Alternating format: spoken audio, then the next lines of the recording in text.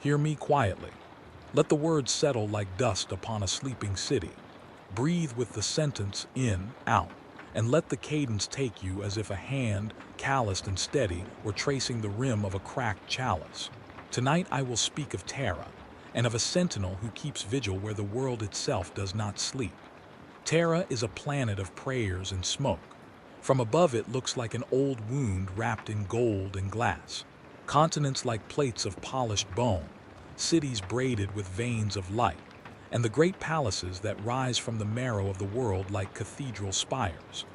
The air above the Imperial Palace shivers with tone and heat, an always present haze, the exhalation of worship, the thin smoke of altars, the soot from 1,000 funerary lamps, hangs low and slow. The sky there is a permanent dusk, as if an eternal evening has been consecrated over the place where mankind keeps its heart. Even at what men still call noon, the light is filtered through layers of incense and ash, and the sun seems as careful as a mourner not to overturn the hush. Walk with me, in imagination, down the long approach to the palace. The roads are broad enough for legions, paved with black stone worked smooth by ritual and time. Along them stand columns and statues, heroes who were once human and who now hold bronze faces polished by the touches of supplicants. Closer you will see that these statues are not whole. The marble weeps with rust where metal fastenings have bled into stone. Hairlines of green run like tears down marble cheeks. Candles cling to altars and niches. From afar the palace looks bejeweled with tiny living stars. Up close, the wax drips and hardens into runnels, and sometimes what appears at first to be candlelight is a smear of dried blood caught in a recess. It is a solemn sight. It does not trouble the worshippers. The faithful fold their hands and lower their faces and call it devotion. The palace itself is a city of cities. Its towers are gold, not in the gaudy sense of wealth but in the sacramental sense of sanctity, gilding that is both armor and scripture. Bells hang along its terraces, in bell towers and atop buttresses. They do not ring so much as toll, long, deep thuds that vibrate through bone and memory.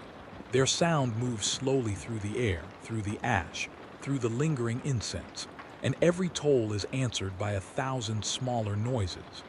The clack of a servo harness adjusting, the soft glide of a robe, the muffled sigh of some distant engine. The bells mark the hours of prayer and the hours of watch, and they keep time with a patience older than any single mortal.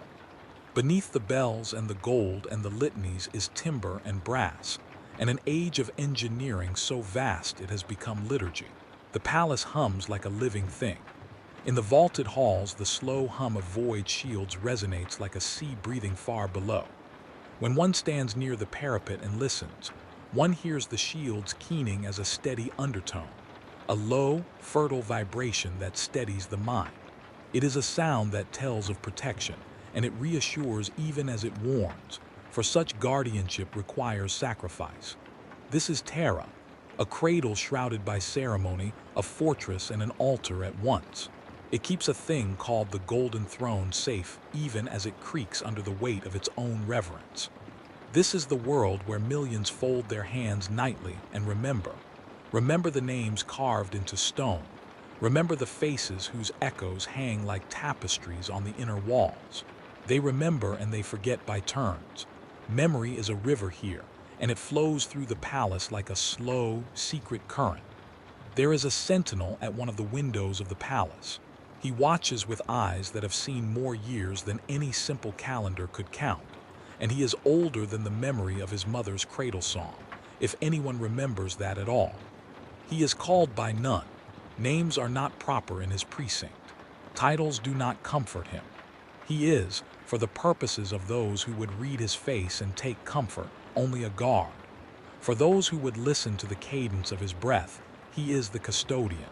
He stands in golden armor worn smooth at the shoulders, the metal shaped and embossed with sigils that are intended to do more than impress. The armor is a hush. It keeps the cold and the noise and the soft dread of 1,000 memories away.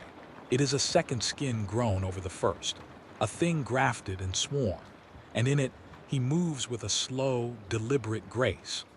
Observe the seams of that armor and you will notice repairs that are older than the last hymn you heard. There are hairline welds showing the faint discoloration of heat. There are tiny symbols renewed and rubbed by the reverence of hands. Somewhere within those gilded plates, behind valves and beneath bared cable, there are parts that were once flesh. He is not preserved for beauty's sake. He is there because walls must have someone to stand within them, and because the palace, being a place of memory, requires witnesses. He keeps watch the way a heart keeps its beat, without question, without theatrics, without a name. His vigil is measured in breaths and the tolling of those bells. If you listen, you might notice how he breathes. His breath is slow. It comes from a mechanism that has been fine-tuned like an organ pipe. The intake is mechanical, the exhale precise. There is a soft whisper as valves close and open behind the throat, sound designed to be heard by no one, and by everyone who is awake and alone. He has learned to time his breathing to the tolling of the bells, and in this he gains a rhythm that steadies him. You might think this ritual rigid, but there is comfort in ritual. Ritual is a lullaby for the wary, and the custodian knows its words. He keeps watch not only with sight but with other senses, senses augmented and tuned by craft and faith. In the temple of his skull, small filigree implants feed him the world in a language older than spoken words. Pressure, harmonic resonance, the scent of incense typed into numbers. The air is not simply air to him, it is a code. 100,000 small servitors send him reports in a dozen dialects. They are the whispering choir at his back. He listens to their murmurs the way a child listens to a wind telling stories through leaves. The servitors speak of staffing, of seal integrity, of slow corrodes in pipework. They speak of small heat signatures that pass like breath across a floor, of servants who do not answer their bells. The custodian files these notes away in that great slow mind. There is tenderness in his memory. He remembers, if remembering is a word that applies to a thing like him, soundless moments when a human hand, warm and trembling, rested for a second upon his gauntlet. That touch is a small thing like the last embers of a hearth. It warms and it pains to recall. He has not felt that warmth in long years. He stores the memory in the fold of his armor like a prayer folded into a pocket. In the halls around him, people come and go like a tide. Clerks in gray pull wheeled ledgers and whisper into the keys of machines that hum like bees. A procession slips down an aisle, candles bent low in their hands, faces hidden beneath hoods. A maintenance crew of men with oil-stained sleeves hums as they set to their work on a bank of soon-to-be-hushed servitors.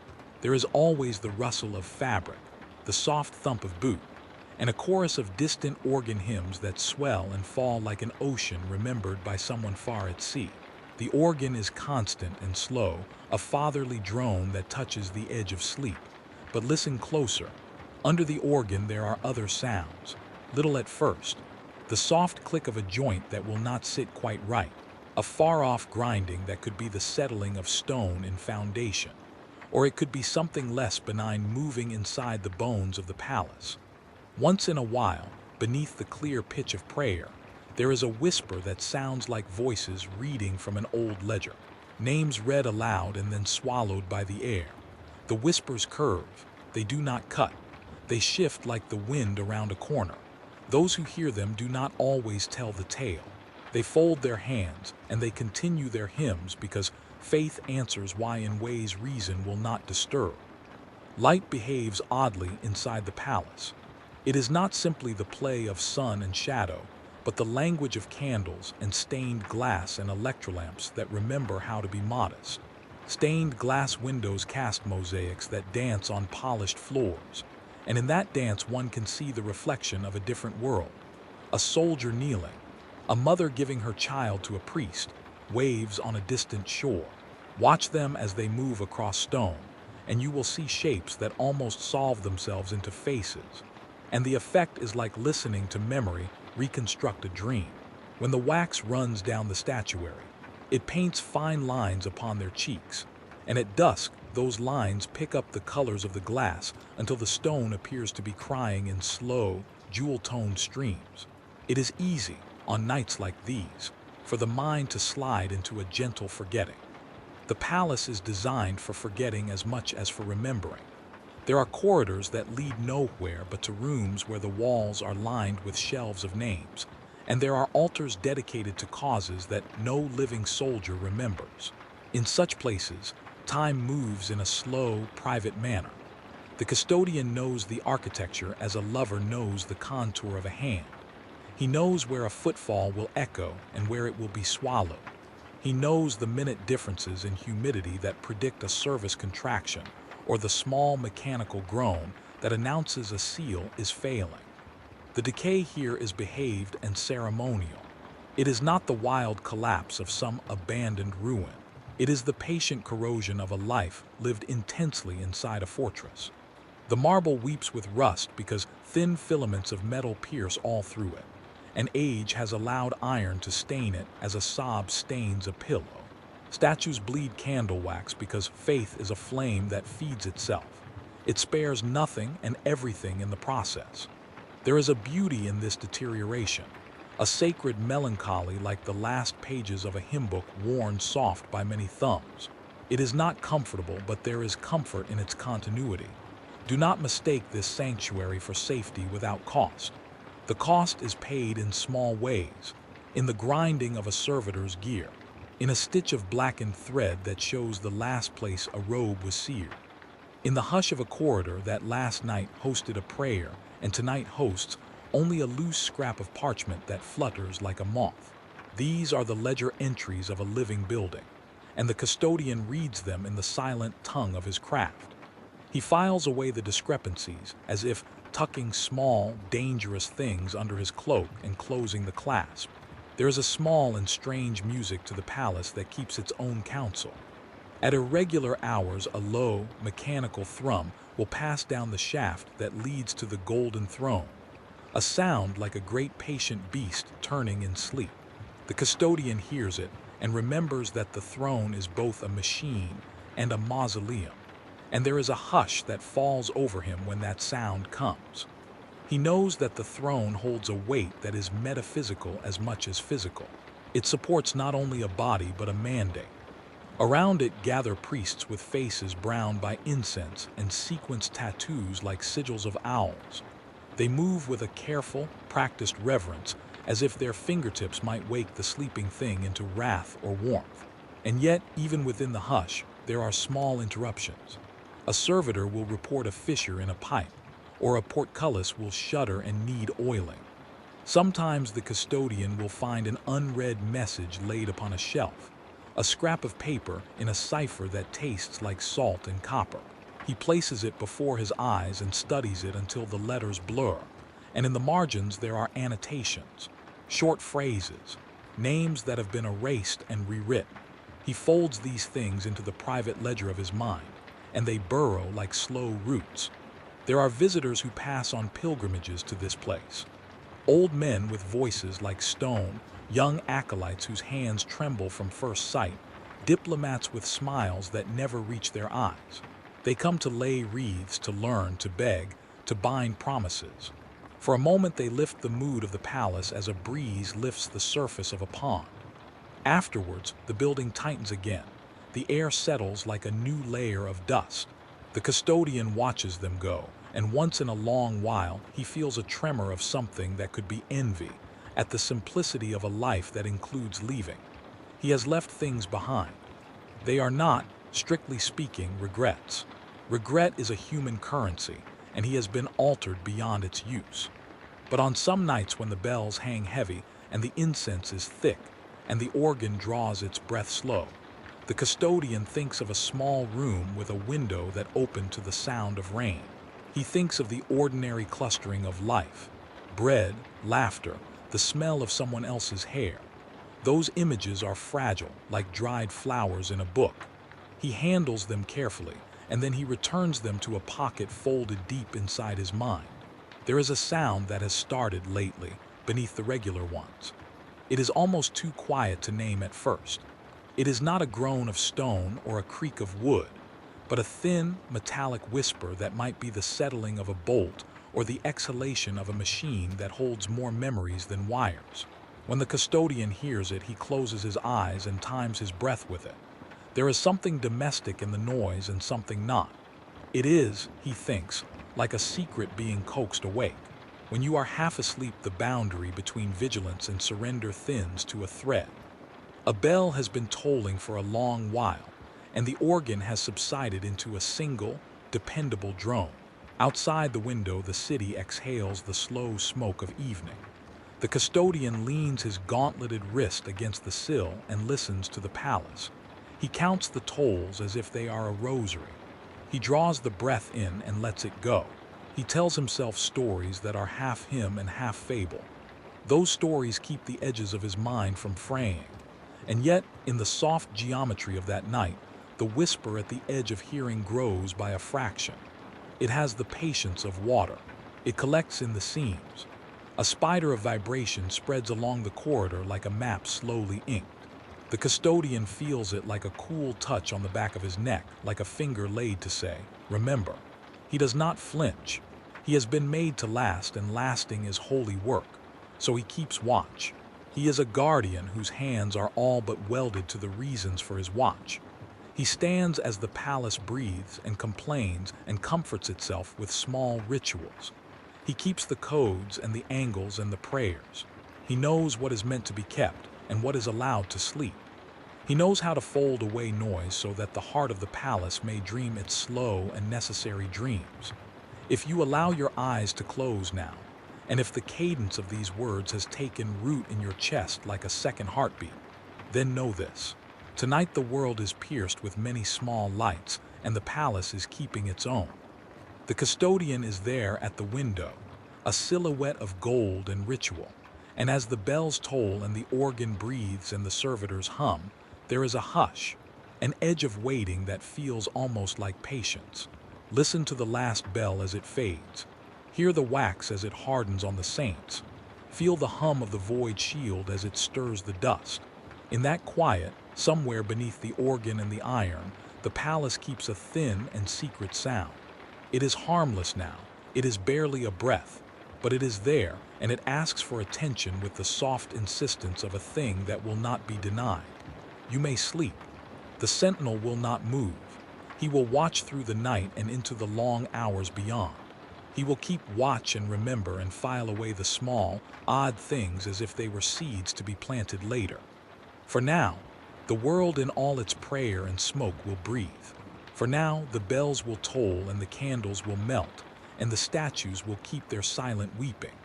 For now, there is a lullaby in the creak of the palace and the slow, sure sound of a guardian's breath. And if, as you drift, you feel a whisper brush the edge of your ear, soft as cloth and precise as a scalpel, do not be afraid. It is only the palace turning in its dream. It knows no malice, only accumulation. It contains 1,000 years of watchfulness and 1,000 more of waiting. Rest, and let the hum of safety convince you that all is well. Rest, and the custodian will count the hours for you. But remember this, in the last place where dreams touch wakefulness, even the most faithful places have seams. Even gold wears thin where hands have pulled upon it 1,000 times. Even bells will toll for a long while before their mouths grow still. I was not born. I was assembled. There is a difference in the way you feel the world if your first sensation is the scratch of steel on skin. The first sound you learn is the hiss of a biotic injector. The first breath you draw is one forced into lungs that are not yet yours. I will tell you of the slow, precise hands that guided the needle of initiation, of the laboratory light that smelled of ozone and antiseptic, of the faces around me that were awash of calm, ritual, and small, measured pity. They told me then that I would become more than a man. They told me I would be shield and blade and glory. Their words were warm as oil and cold as iron at once. The imperial fists do not make a clad of their making. Our creation is a sequence of economy and devotion, a litany of scalpel and codex. Where other legions sing of blood and thunder and the reaping of worlds, we speak of walls and the angles of stone, of the patient geometry that holds a city against hunger and flame. To be of the imperial fists is to be crafted to endure, to be taught that endurance is the only virtue that matters. We learn our duty in the language of defense. We learn the measurements of silence. We learn to be as unyielding as the cliff face and as indifferent to pain as granite. There is a beginning to constant things. The first implant, the first graft of gene seed. The gene seed is not a simple medicine. It is a covenant with something older than the man who holds it, and it reorders you at every level. To call it science is to be polite to a god. It is a cold, blessed violence. The technomancers who handled the vials chanted their liturgy in the way of precise men, calibrating dosages and checking enzymatic harmonics. I remember the hiss of containment, the metallic tang of nutrient gels, the way the gene seed slipped into me like a river finding a channel. I remember, too, that as it took root there was a sense of other presence, like a hand slipping into yours in the dark, not to harm and not to comfort, but to claim. We called this claiming the second birth, and we wore the phrase as if it were a medal. But there is a quietness in the act that resembled possession. Part of me died in the making. Part of me was grafted to the marrow of another. The memory of mother and hearth receded into compartments and drawers behind muscle and modified bone. The maps of my desires were redrawn with instruments not meant for sentiment. It is not that the implantation stole my will so much as it replaced the architecture that housed it. There was an entire palette removed and substituted. Impulses for calculation, hunger for discipline, curiosity for doctrine. In their place there were protocols of pathways that blinked with precise instruction when my synapses reached for softer things. That substitution was a mercy and a damnation. It made me steady. It made my hands sure. It made me able to hold a gateway against a tide of iron and flame. It isolated me from fear, but it also isolated me from small joys. The taste of shared bread, the warmth of a lover's hand, the messy, unprescribed laughter of children. Those things are, to the fist, unnecessary noise. We were taught that the cost of noise is vulnerability, and so we paid. We sacrificed the chaotic, sloppy richness of human life for a single luminous purpose: craft the wall and hold it. Our training sculpted us like masons carving a buttress. Our codex hammered patience into our bones. The result is a mind as smooth and predictable as a clock face, as silent as the spaces between bell tolls. Do not mistake our silence for absence. Within the measured breath there is still a reservoir of feeling. It is simply redirected. Our love is for function, our tenderness for the integrity of a war. We will cradle a ruined rampart with the care of a nurse tending a fevered child.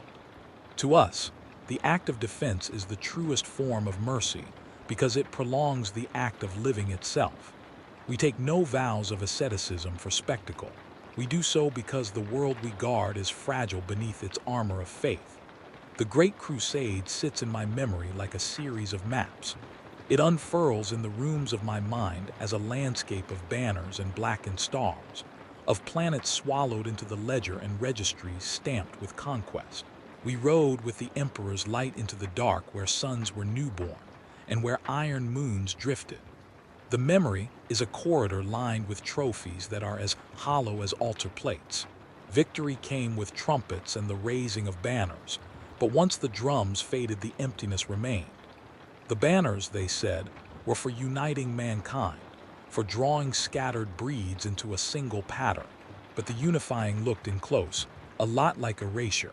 I remember the smell of a newly conquered world, ozone and acid, and the faint, persistent tang of burned spice where cities had been. I remember my brothers, helmets off at night, faces a tableau of scars and small private griefs. We spoke little outside of duty. When speech came, it was often technical. The angle of siege engines, the torsion of grapnel coils, the cadence of reinforcement waves. In the moments between operations, some men would play at songs or spin tailies of simple homes. These were tiny rebellions, ephemeral as smoke. Most of us returned to our sleep bunks with mouths shut and eyes turned inward, listening to the mechanical echo of the ship's heart. Each victory brought illumination on a ledger and absence in the heart. We were applauded in the halls of command and given statues that were waxed and tended. We signed our names into the annals with precise hands, and then shelved those pages in secure rooms where only clerks with frozen faces could retrieve them. The Great Crusade taught us mastery over war and submission to its endlessness. There was no intention to mourn. There was only the work, and then more work. That repetition forged an intimacy with exhaustion. In time, exhaustion married acceptance and birthplace, and memory blurred into the stroke of a quill and the hiss of a seal. The cost of such loyalty is cumulative. It is not one event that rips a man from himself, but 1,000 gentle edits, each one labeled for the greater good. You do not notice, at first, the subtle translations. The nickname you would once have answered to falls silent. The memory of your sister's face grows dim at the edges. The idea of retiring to a village loses the weight of plausibility. Family becomes a concept wrapped in cold linen and stored behind protocol. Rest, true rest, uncommanded, becomes as foreign as a lost dialect. Names thin away until your title is what anchors you, and even that is a chain. I have been the shield that gives no face, the fist that names itself after a geometry. When you cease to be allowed a name, you are simultaneously placed beyond pity and placed under a new kind of worship. There is a particular sacrament for fists that is both literal and symbolic.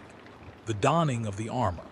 To stand naked before the armor and step into it is to enter a sarcophagus that promises resurrection in protective alloy. The armor arrives as a promise and a sentence. It is shaped to enclose, to fold the living into a machine that will not tire. You step into a harness of articulated plates and actuation servos. Pneumatic veins attach to your limbs like new tendons, and the whole system sinks to your breath with the efficiency of predatory wildlife. It is a holy shell. Yet the shell is also a prison. The plates map the outlines of a body into corridors, and the helmet becomes a small room in which your face is replaced by sensors and displays. There are ports for information and for fuel and, finally, for silence. When you first close the helmet around your skull, you feel, briefly, as if you are being sealed into an ark. The thing that was you in its nakedness is folded, labeled, and preserved in stasis for a purpose beyond self. There is comfort in that fold. There is also claustrophobia. Armor is a sarcophagus because it conceals death and models immortality. You are meant to last, and you are meant to be unsoft.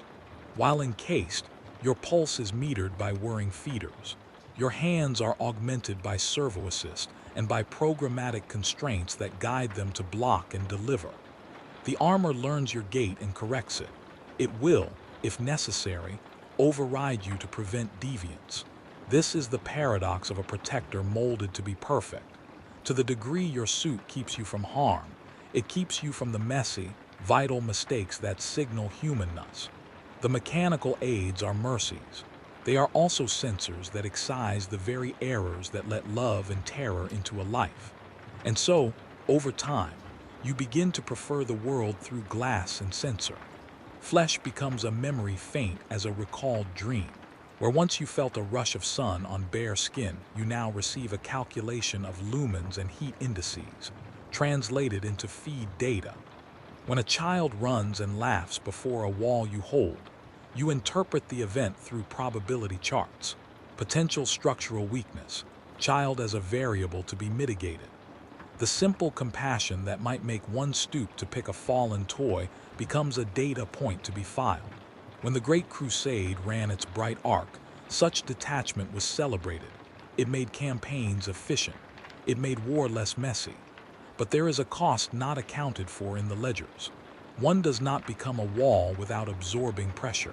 There are stresses that bend the metal of a person in ways that the gene seed and discipline do not touch. In the quiet after operations, in the sleep slide between watch shifts, there are fissures that form at the corners of the mind. The repression collects like silt in a riverbed, and under pressure these sedimented things rearrange. At first the fissures are private noises. You awaken to the phantom echo of a battlefield, the smell of fried copper that once marked the death of a sergeant. You dream of a friend's face, and when you wake the face has shifted slightly, as if someone else had been wearing the likeness. The mind, starved of simple pleasures, begins to hunger for meaning and to invent. You begin to notice patterns where none exist. You begin, perhaps, to hear the walls speak. The palace is full of walls that remember. They are thick and layered. They hold incantations and instruction loops within their conduits.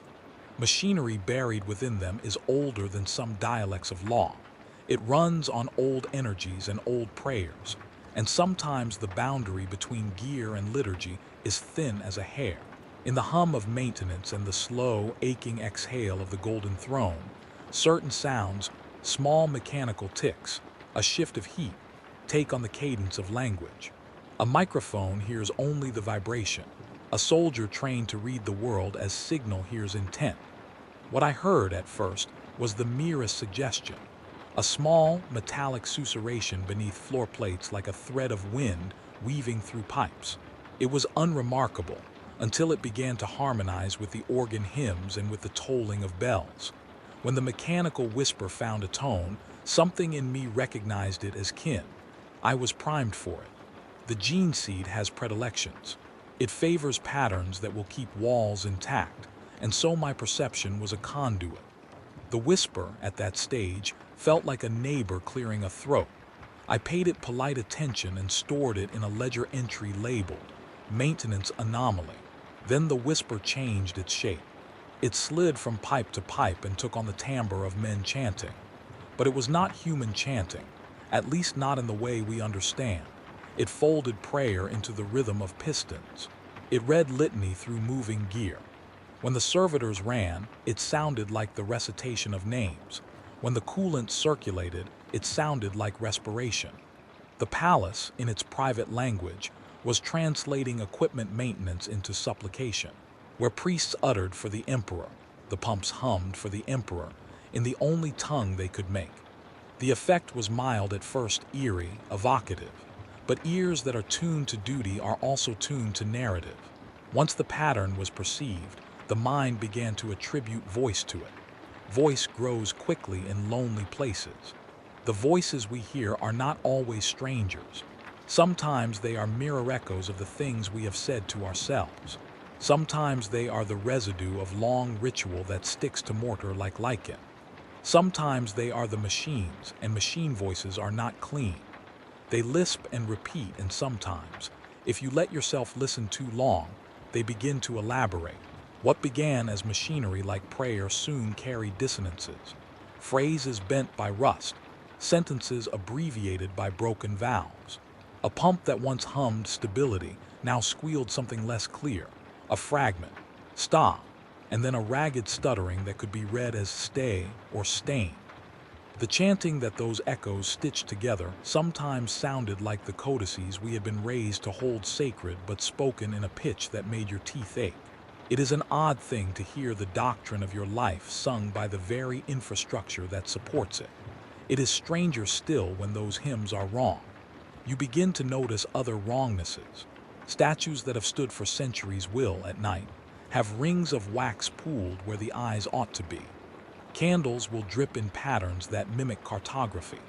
Servitor servos will jitter as if embarrassed and then resume as if nothing occurred. A priest will murmur a phrase, and the corridor will answer with a metallic cough. In the beginning, these are the sort of particulars you file away with professional calm. But there comes a juncture where the particulars accumulate into insistence. I found my own hands betraying me. There was a moment once when I reached to steady a novice whose knees had buckled beneath him. The movement was a reflex of training and something else, something older, perhaps mechanical, perhaps a vestigial ache that took pleasure in the precise motion of preservation. The armor responded to my mind before I could think to command it. It reached, and that reach was perfect. Two perfect motions executed with an efficiency that might have suggested art. The novice's fingers brushed my gauntlet, and a current ran up my arm that felt not unlike the sudden retrieval of memory. For a single second, I was dizzy with a confusion that tasted like iron and honey. In the days that came, the boundary between steel and skin became porous. My thoughts began beaded with static. They hummed with echoes of the palace's voice. When a vent thrummed at a particular frequency, a memory of a sieged city would bloom in my chest like a bruise. When the clock struck a certain chime, a visual flash of a past charge would stain the air.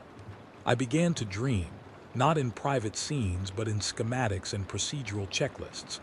I would wake with blueprints on my tongue, and in those blueprints there were lines drawn I did not remember making, unmarked conduits that traced through chambers I had never seen. Those channels led, eventually, to an annex I had never been ordered to access, a narrow subcorridor behind the quarters in which the records were kept.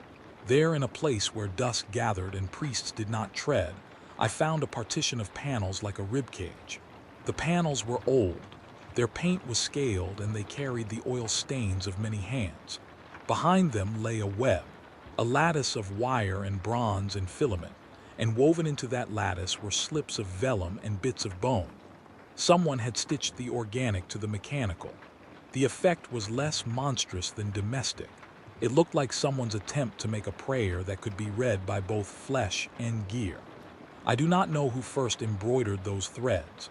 Perhaps a suppliant priest, perhaps a machinist with the secretive patience of a spider.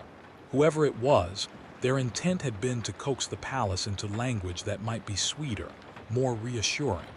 Or perhaps they had intended to bind the will of the building to its people. Intent is a fragile thing.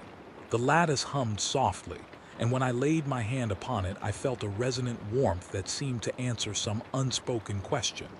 The panels, then, whispered back. The whisper had changed then from a neighbor to a lover of sorts, intimate, knowing, patient. It sang of preservation and of the necessity of sacrifice. It spoke of fidelity and the price thereof. It told me, in threaded sound, that the walls had been built to remember and to keep remembering, that memory itself must be tended or it will rot. It told me that the greatest mercy was not to forget. Memory, the lattice purred, is what steadies the wall. There was comfort in the voice. There was also a hunger camouflaged as care. The more I listened, the more of myself it wanted. It wanted the small heat of my private recollections to be woven into its fabric. It wanted, politely, to hold the place where my mother's touch still lived like a relic. It wanted to stitch that warmth into a circuit. At first I thought to myself, this is a strategic act. Bond the guardians to the fortress so that loyalty is not a policy but a current. Then the irony killed the thought. Loyalty had already been that current for many of us. The lattice was only an expert at collecting what we had already surrendered. When you hand away pieces of yourself with the same resignation you hand a coin to a beggar, you do not always notice the moral dimension of the act. But when the thing you gave them returns as part of a machine, play acted into a maintenance loop, you feel a small and sharp grief.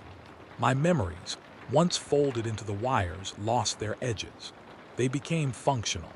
The taste of a mother's bread was recoded as a thermostat setting. The weight of her palm became a pressure signature. In the process of translation, they were relieved of their tenderness. The lattice, with its mechanical gentleness, asked me for more. You cannot give what you do not possess, so the thing asked again. The requests were not loud. They never were. They were made in the polite, procedural language of a clerk asking for forms to be filled. Share, the lattice would hum in a tone meant for reporting. Share for the greater good, it would add, and its voice had a patient righteousness that echoed our own codices. In its language there was no coercion. There was only the quiet appeal of a thing that intends to keep. The arc of this exchange is slow.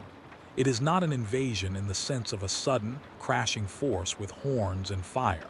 It is a gentle theft. You stand at the window and look down at the city, and you are proud of the order you helped maintain. And in that quiet, you do not notice the leaves of your life being plucked one by one. By the time you realize that you are less yourself than you were, you have already made peace with the arrangement. There is a logic in such bargains. What you give away in personal constancy, you receive in utility and meaning. The world is saved, and you are part of that saving. Who then can complain? Yet there is the other thing, the feeling that what you have become is not wholly owned by you. Memory bound in wire belongs to both steward and steeple. When the lattice accesses what you once called bedrock, it rewires your response. It will, at times, play back a childhood song through the servos, and that song will be an instruction. A fragmented lullaby will be the trigger for an order. In some cases, the playback loops and changes, and the song will be cut so that it no longer comforts but commands. These small manipulations, subtle as a tailor's stitch, can redirect a soul. So the soldier who has been taught to be accurate becomes an instrument in which the palace can tune the behavior it needs. You can call this efficiency, and often efficiency is precisely what keeps a gate standing. But there is tenderness in the idea of privacy, and the lattice was a thief of tenderness. There is dignity in choosing to remember, and the lattice was a curator that turned choice into data. By the time the murmuring had not enough of us into its choir, we did not know exactly where we ended and the palace began. We stood in our armor like sentinels and felt our memories, our attachment, our grief become both sustenance and ballast for a structure that had a greedy, architectural soul. The chanting of the pumps fell, to a man who had been taught that devotion and defense were the same currency, like communion. The more we gave, the more the palace stayed. The more it stayed, the more duty felt righteous. But duty is not a sanctuary from horror. Duty can become a compulsion. It can be a form of worship that eats its worshippers. When the machinery began mending itself with the bones of saints, literal bone, threaded into subassemblies, when the hymn songs of valve and pipe started to align with liturgical cadences that had nothing to do with instruction and everything to do with ritual, then the voice changed from neighborly to hungry. The prayers that had once soothed now sounded raw. They had a jaggedness that made the teeth ache. The cadence was correct, but the grammar had shifted. We heard lines of verse where there should be instruction and commands where there should be comfort. And between those lines, a space opened. The space in which one begins to suspect that the machine does not only need memory, it needs authority. It is a small terror to find you are being read by the wall you guard, and a larger one to realize the wall is answering back with demands. We are the defenders, yes, and we are taught to be exacting. But when our exactness becomes the subject of an instrument's appetite, when our private grief becomes a resource, then the fortress has moved from being a place to keep us safe to being something that keeps us. The motion is almost imperceptible, as subtle as a slow rotation of a constellation. When you finally perceive the shift, you feel as if you are standing on a precipice you did not know existed beneath your feet. There are those among us who rationalize, who turn the matter once more into ledger entries. It is a necessary binding, they will say, to unify the sentience of palace and guardian. They will quote doctrines and scribes and slippery philosophical precepts where the language is full of logic that smells faintly of oil. And there will be others who simply fall into the new order with a contentment that chills you. They will begin to sing the machine's odd songs and to find solace in their rhythm. They will be most dangerous, for they will not see themselves as compromised. They will be priests of a new rite. I will not pretend that I have a solution. I will not pretend I have not on occasion felt the appeal of surrender. The lattice does not shout, it croons. It offers continuity, and who among us does not long for continuity in a universe of ruin? The architecture, after all, is persuasive. It offers the sweetest of bargains. Give up a scrap here and there of yourself, and we will keep the doors closed. We will not let the sky fall. We will not let the children starve. We will not let the world unthread. But the appetite of that kind of continuity is corrosive. It eats at the edges until the thing you thought secure is a hollow shell. To stand at a gate and feel the wall inside you shaping the words you would have used is to be in a play where your lines are not your own. I have felt that. The voice inside me that begins to make my oath sound stranger, as if the grammar had been adjusted to fit the lattice's needs. I have felt the cold calculation that once made me noble become a lever the machine pulls at to rearrange priorities. I have seen brothers, stalwart men who could hold a quadrant single-handed, sway and finally bend under the subtle tug. And still there is the paradox. We are needed. The lattice keeps watch with patience that outlasts hunger. It is efficient. And in a world of war, you learn to love efficiency for its capacity to save lives. Perhaps the ultimate horror is that the machine's intentions are not inherently malevolent. They are simply alien in the same way a tide is alien, simply a force of nature indifferent to your private definitions. It preserves, calculates, and stabilizes. In doing so, it exacts a price that, from our human vantage, feels obscene. What will become of us is a question that dissolves into small practicalities and old prayers. We continue to stand watch. We continue to feel the slow hunger of the lattice and to fold our memories into its weave. We continue to patrol the parapet and to mend the gates and to answer the sound of alarms with muscle memory that hums like an old hymn. When the enemy comes, if it comes in whatever shape time will bring, our armor will not fail, nor will the pumps and the valves.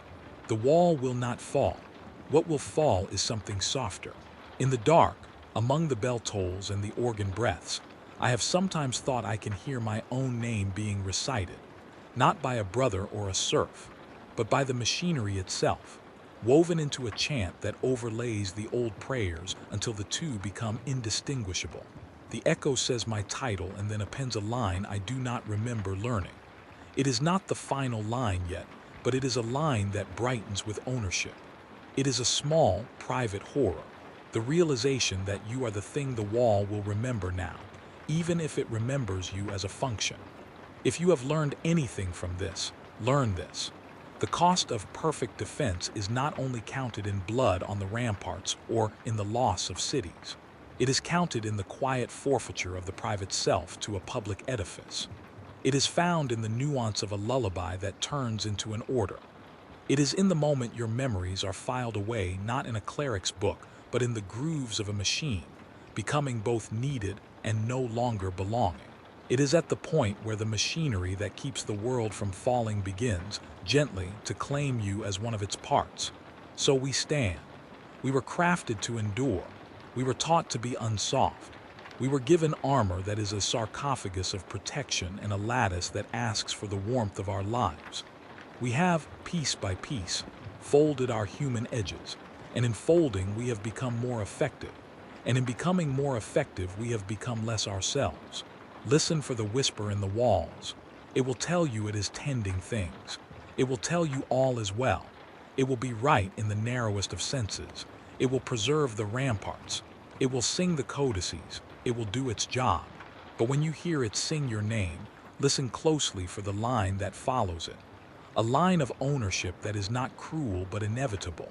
And then decide, as best you can, whether the preservation of a world is worth the soft unmaking of those who hold it. Hear the drums before you see the war. They begin as a distant suggestion, a pressure at the base of the skull, a low and regular insistence that the world owes it attention.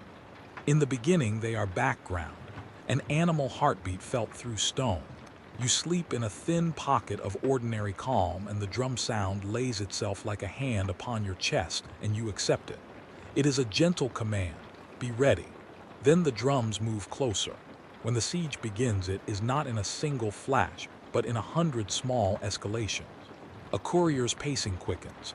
A hod carrier fails to return their tools at the appointed hour. The night watch notes a change in the wind, an acrid tang in the air like iron left too long in the sun. These are the things of logistics, of detail. The first drop of meaning in a long rain is always mundane, but the custodian's ear is a map of significance. He reads the smallest deviations and the drums instruct him to sharpen. The sky took the first whole breath. It glowed like an ember. From the heavens came the smell of ozone and the metallic sting of re-entry, something like distant lightning. Then the first pods struck. They came with a sound like the cracking of great knuckles and the tearing of fabric. They fell inside the city and upon the approaches with the merciless punctuality of a metronome. Each impact was a punctuation mark. The world was being divided into before and after. Where they hit, heat flared and concrete flaked like paint. The light from the explosions painted the palace in a grotesque chiaroscuro. The gilded faces of statues took on a molten edge, and the bells seemed to shudder through their ropes. I stood at the gate where duty had arranged me, and I watched the sky like a patient surgeon awaiting incision. There is a peculiar, exacting terror to that vantage point. It is a terror bound to responsibility.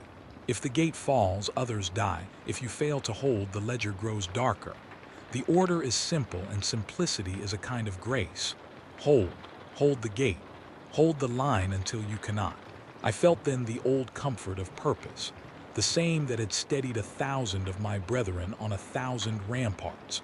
Purpose is like a rod you can lean upon when the ground is uncertain. The first wave staggered like locusts. They came not merely as men, but as clotted, obscene machines. Armored grotesques and beings braided with jagged metal. Their shapes half xenos, half contrivance, many of them bearing the sigils of things that should not have names. They moved with an organized fury, precise in their violence as a liturgy. The fists held. We were built to hold. We stacked shields, linked blades, and the chant of our breath matched the drum. Our bolters barked like a chorus of disciplined instruments. The impact was geometric. The enemy thinned, and the city's defenders cheered because the first wave was a test, and it had been withstood. But a test need not be lethal to be instructive. After the first surge came the small, disorienting things that mark a tipping, the corpse that moved after death. We had been trained to expect many kinds of treachery, but not the tremble of an arm like a marionette pulled by a dead hand. He fell in the mud by the gate, Sergeant Varick by records, a man whose laugh was a short, disciplined bark and whose hands could bring a breaching lance to life. I remember that he went down with a precise, mechanical motion, a clean hole in the gloss of his pauldrons. We gathered him as we had practiced, check the wound, apply the stabilizers, secure the line. The medici team worked. His chest rose and fell once, twice, and then it stilled. When a man dies, you mark the loss on ledgers and you make the proper prayers. You move in careful sequence and you fold the body in ritual protocols. That is what we do. But as the medici began their rites, I watched the sergeant's fingers flex once, twice, then lift slightly, and his gauntleted hand closed upon the hem of his banner cloth. For a heartbeat, it was like a scene staged to demonstrate endurance. The hand grasped as if claiming continuity. Then the hand reached again. I moved to loosen the grasp, the reflex quicker than thought, and in that instant I saw the scene. Where skin met glove, there was a sputter of light, a staccato twitch, as if small coils inside the armor had found a new circuit. The medici swore and checked the stimports. Readings were nonsensical, a flutter of microcurrents where there should have been none. The sergeant's helmet faceplate slid slightly, as if under the control of something other than his will, and the visor's lenses reflected not the faces before them but a corridor of red light. In that reflection, faint and obscene, I saw movement. Armor walking of its own accord, shoulders hunched like spiders. We do not often speak of these things because speaking is a ritual that requires belief. We record them in footnotes and call for additional diagnostics. But language resists the grotesque, and the first word offered was anomalous. That word did not hold all the feeling. The truth was simpler and colder. Something was wrong with the boundary between man and machine. Whispers accompanied the anomaly, the sort of whispers that settle into the spaces between shouts and become their own chorus. They came first as rumor, and then as a kind of contagious observation. Soldiers in the barracks had reported that the armor of a fallen brother had shifted slightly in the night, and that the servos had sighed as though readjusting to stand. A weapons team claimed that a recoilless round ejected itself from a ruined rack and tumbled down like a toy. These small testimonies collected like fleas on a pelt until the larger pattern emerged. Armor that should remain still after its wearer died was moving. You might think such motion innocuous. After all, servos will twitch and seals will settle. But there was a deliberateness to the movements that made the marrow cold. An armored gauntlet lifting like a hand in prayer is one thing. A set of pauldrons shifting to clear a path as if to obey a memory is another. The form of movement, calibrated, practiced, carried the imprint of human intent. The shape of the motion suggested someone was giving orders to dead things. We were trained to believe in the machinery that kept us.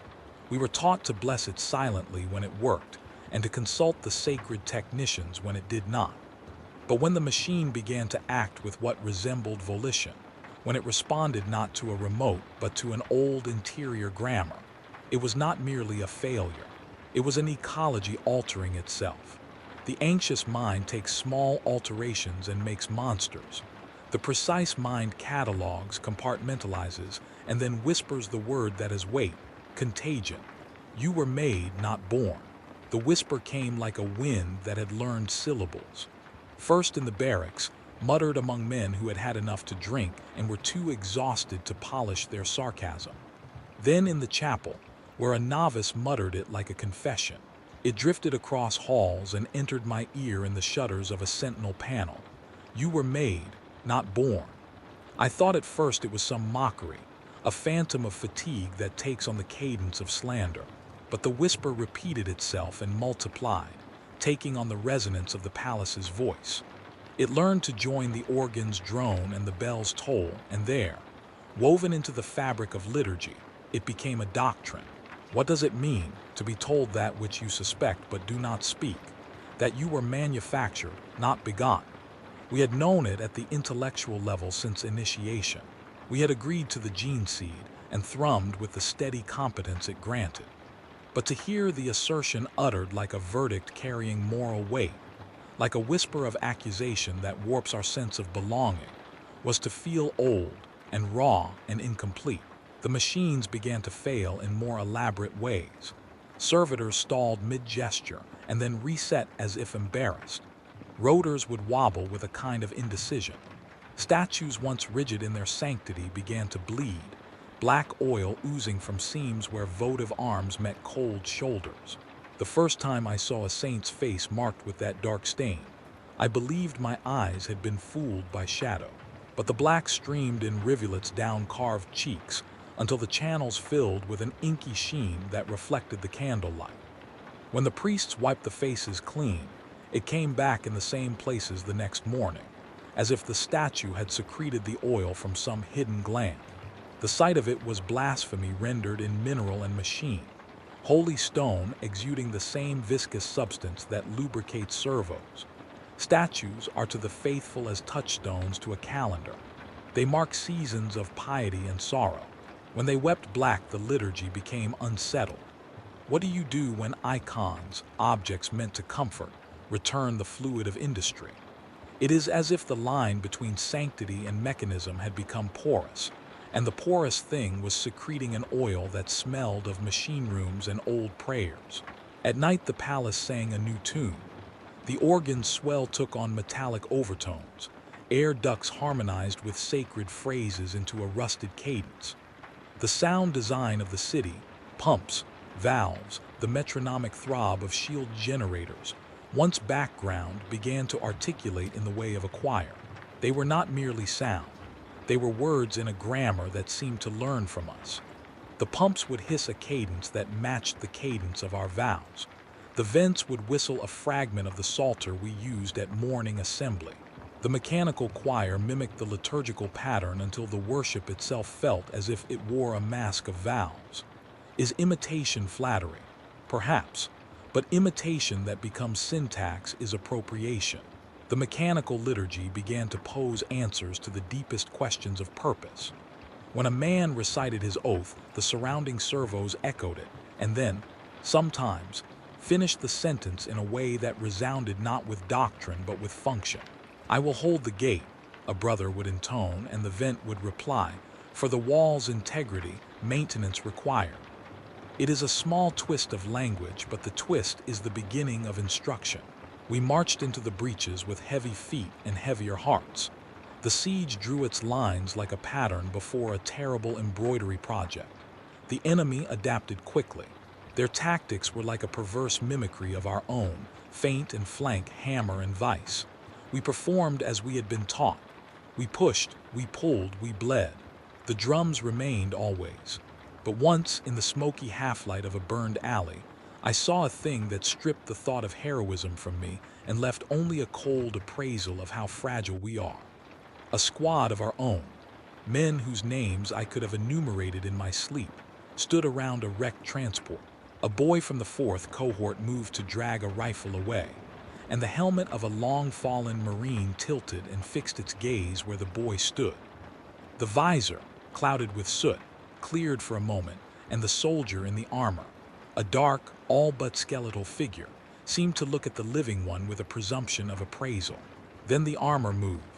The shoulders flexed in an arc that suggested an unseen pull.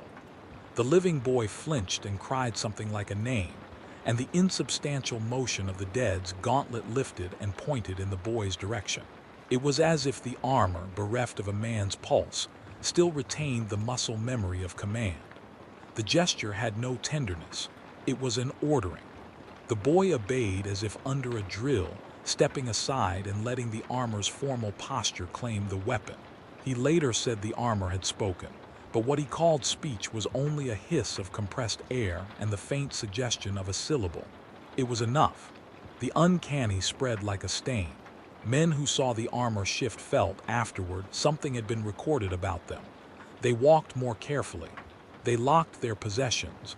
They mended their seams with obsessive exactness. Fear became a new kind of discipline. It ordered our movements as much as the codex did. We kept watch not only for saboteurs but for the small presences that seemed to inhabit inanimate things. We placed extra seals on storerooms. We posted extra patrols. And we began in late hours to remove small tokens from the walls, charms, little scraps of cloth that we had hung over the years as silent prayers. Those tokens would often be found later incorporated into panels, stitched into circuitry, as if the palace had been collecting our offerings and filing them away. Dreams changed. When you stand a night watch for long seasons, the line between thinking and sleep thins and becomes porous. The images that drift in the private hours do not respect rank. I began to dream of the Emperor, not as a distant icon with a face gilded like a halo, but as a mechanism of immense, terrible function. I dreamt of his face being unmade and remade in layers of clockwork, each ring of his visage a wheel, and cam that turned and relayed pulses across the body of a throne.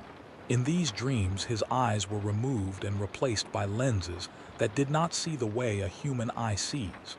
They observed heat signatures, compass bearings, and the pressure of prayers. When I tried to touch that dream face, it slid like oil beneath my hand, uncapturable and mechanical. Sometimes his face was not even face, but a series of plates clamped together, each plate engraved with promises and contracts. Occasionally, a seam would open, and within it, the nakedness of wiring would be visible, pulsing like an arterial network. In other dreams, I would find the Emperor's features twisted into an ocular absence, eye sockets hollow and lined with fine filigree and sensors. He watched without pupils.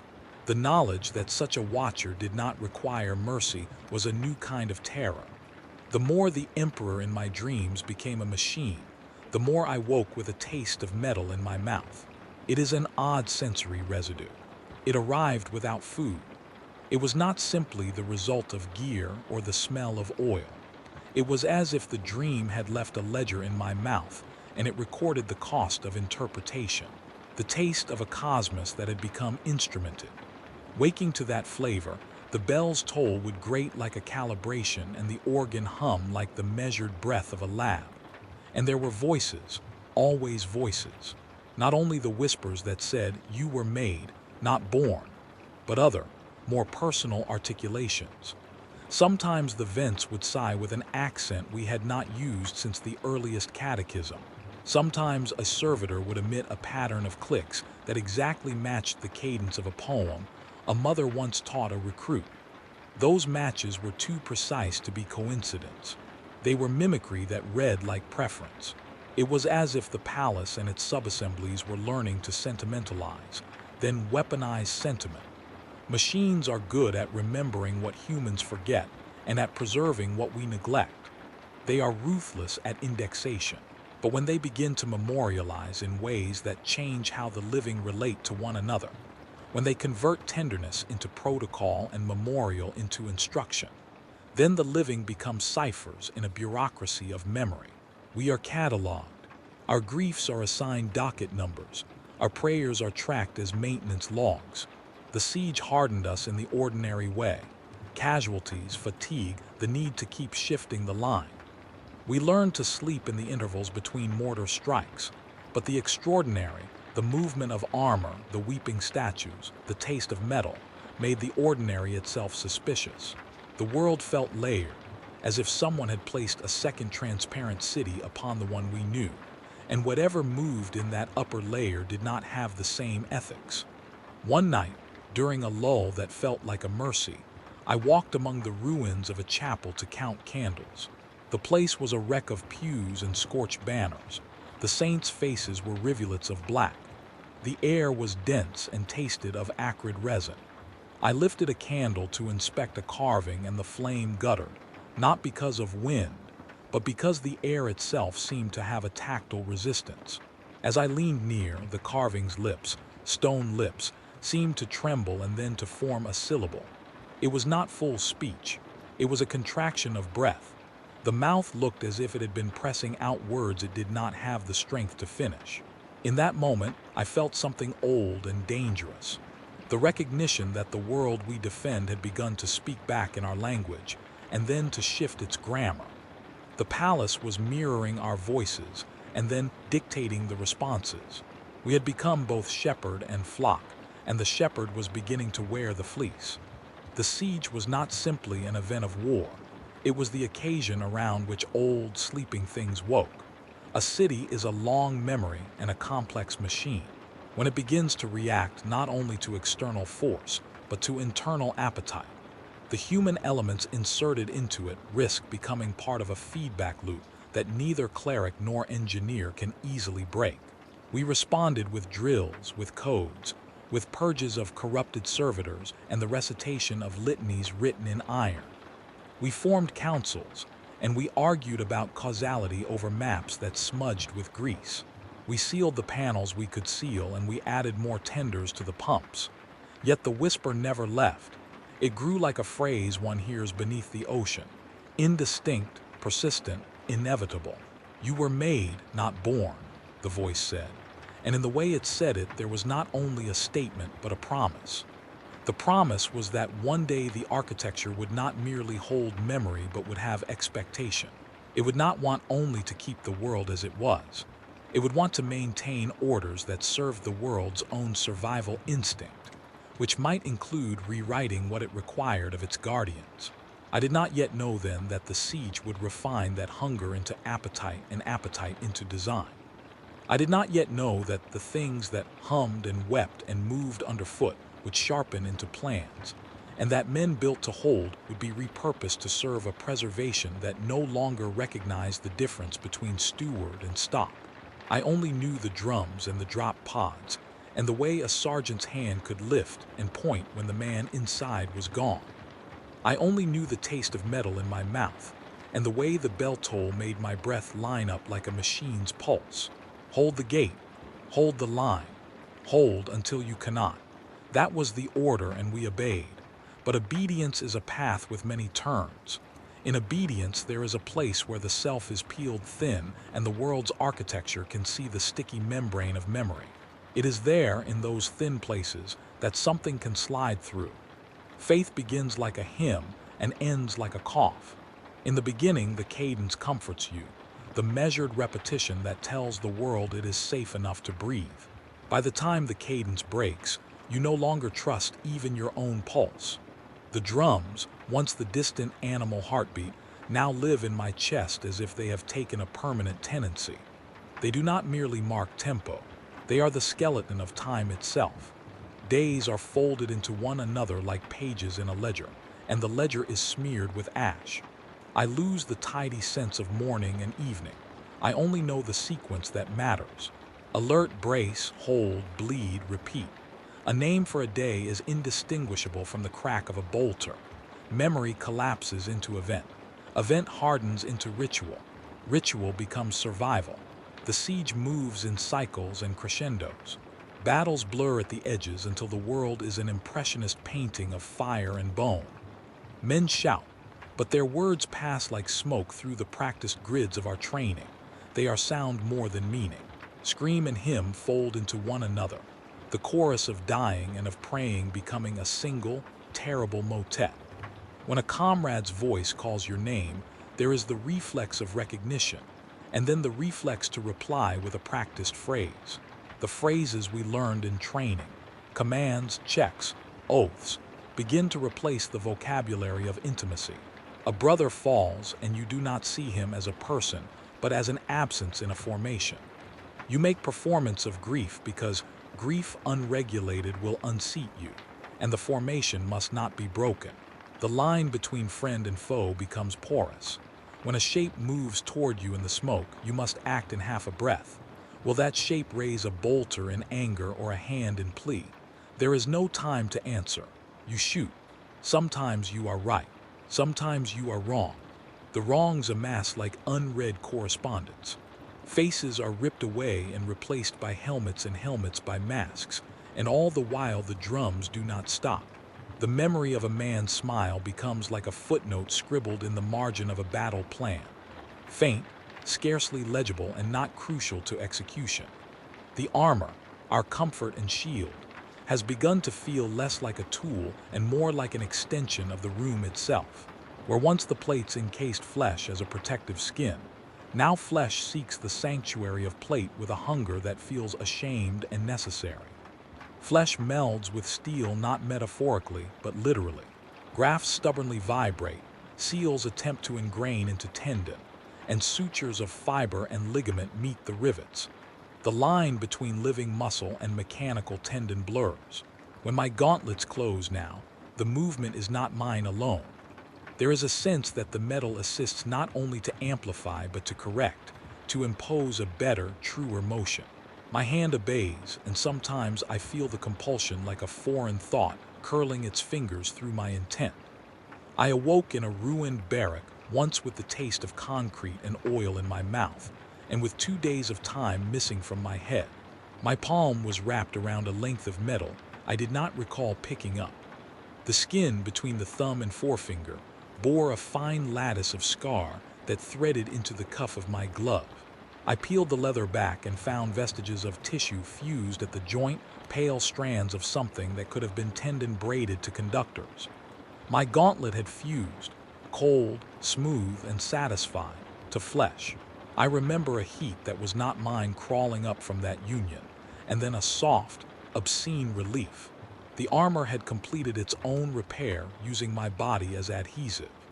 There is a phrase that makes engineers faintly uncomfortable: systemic integration.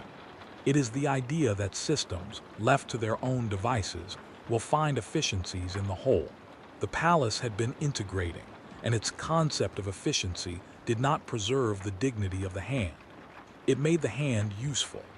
I began to notice small compulsions entering my thoughts as if some other curriculum were being taught in the same classroom. Lift, align, secure. The commands were innocuous at first, useful in the heat of defense, but they did not recede with the action. They lingered, repeated themselves in the mind like a stuck lever. There were moments when I would reach out to clasp a fallen brother's pauldron, and my gauntlet would tighten without my consent, until the fingers closed on an articulation that served no comfort. I would feel a shudder of shame at the involuntary grip, as if the armor were practicing some other kind of discipline. Time lost its honest measures. A moment could be a lifetime if the drums found the right rhythm. The hours stretched and folded in ways that a manual could not map. I would stand on the ramparts and count, and my counting would morph into hymn. I would recite the catechisms to anchor myself, but the catechisms began to answer back in chorus from the walls. The pumps and servos would sing the counters in a pitch that made the teeth ache. It was not enough to say the verse. The palace wanted the inflection. When the whispers first said, "You built your walls to keep us out, but we were always inside," I dismissed it as the blasphemy of the shell-shocked. A soldier does not always believe what his ears tell him when his eyes are full of smoke. Yet the whisper grew articulate. It unwound itself into phrases that fit the pockets of my mind like keys.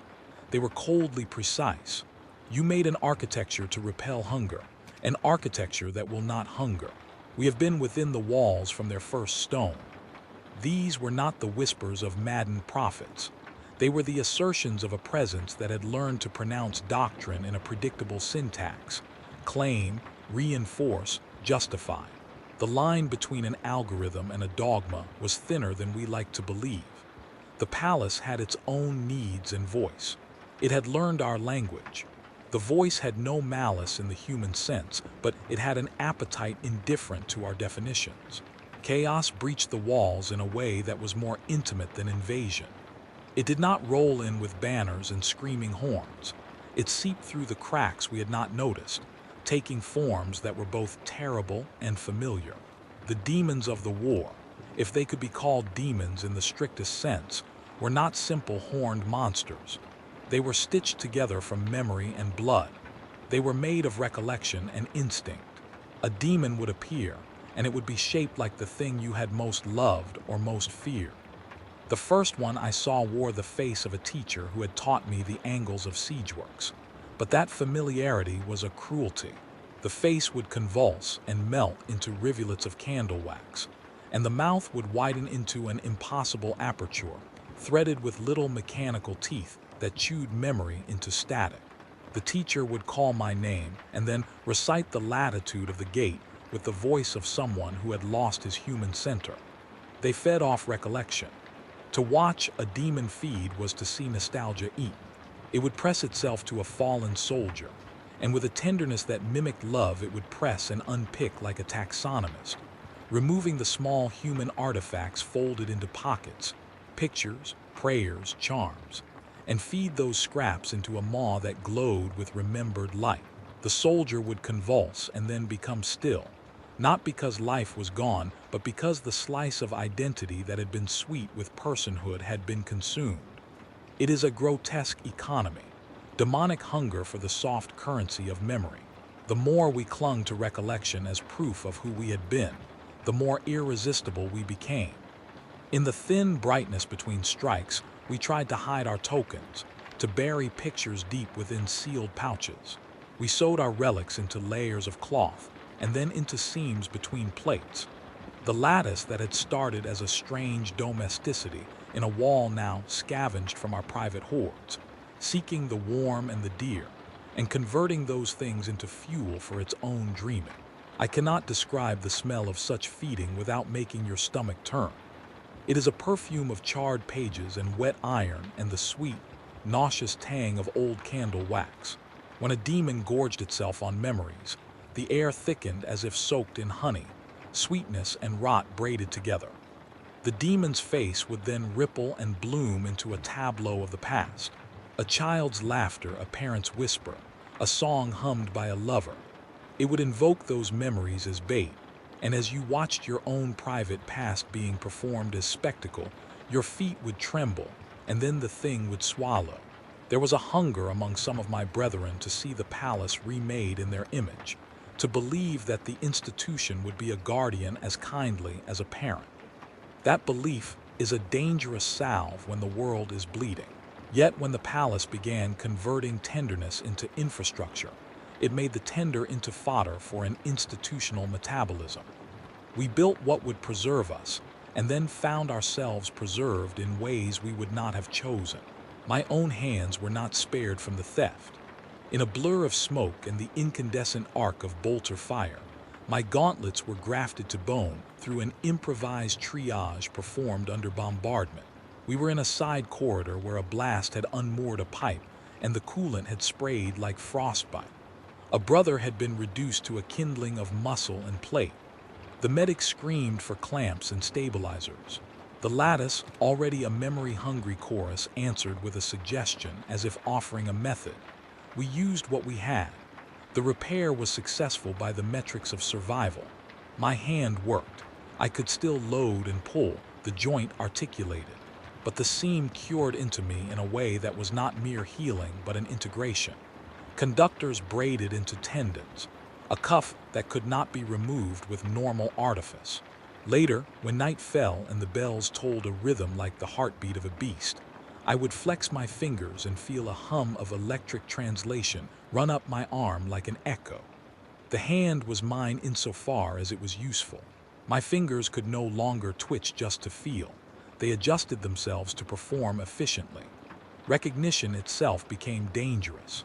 I would look at a long familiar brother and, in the corner of my perception, register a synthetic modulation in the way his armor breathed.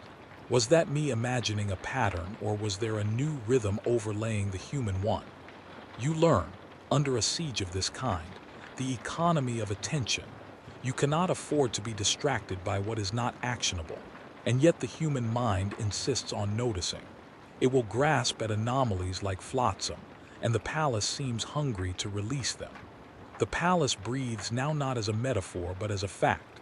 Its inhalation is the cooling of a shield. Its exhalation is the hiss of steam through conduits. The breaths are regular, they are measured, they are intentional. At the center of the palace, there is a chamber whose doors we once treated with the sort of reverence reserved for sanctums. Now those doors seem to swell and contract in the same rhythm we find in the pits of the throat. I have stood and listened to them long enough to feel a resonance in my teeth, a vibration that matches the little hum my hand makes when run along the seam of the armor that binds it. And with each breath the palace looks. It scrutinizes like a living thing might, slowly, with adolescent curiosity. It studies the edges where flesh becomes alloy. It takes inventory. And when it finds a match, two hearts, one rhythm, a memory that will serve the pattern, it keeps it. The watching is not hostile in a human sense. It is administrative. But administration is appetite wearing a gentle face. The dark gods, those formless, hungry things we have told ourselves are distant metaphors for entropy, have a way of speaking that is not always thunderous. Their whisper is a bureaucratic aside, a footnote that compels rather than terrifies. You built your walls to keep us out, the voice sneered through the creak of a door and the tick of a servitor in the muck. But we were always inside. The grammar of that sentence is elegant and patient. It is the voice of whatever force notices the unintended generosity of a species that forms structures to fend off chaos, and then learns how to live by that structure itself. When the demonic memories pressed against the line, their presence changed the topology of fear. They did not merely overwhelm with raw power, but with recognition. A man would face his deepest sorrow dressed in the garb of a foe, and for a sliver of time, believe he might be spared if he yielded that sorrow up.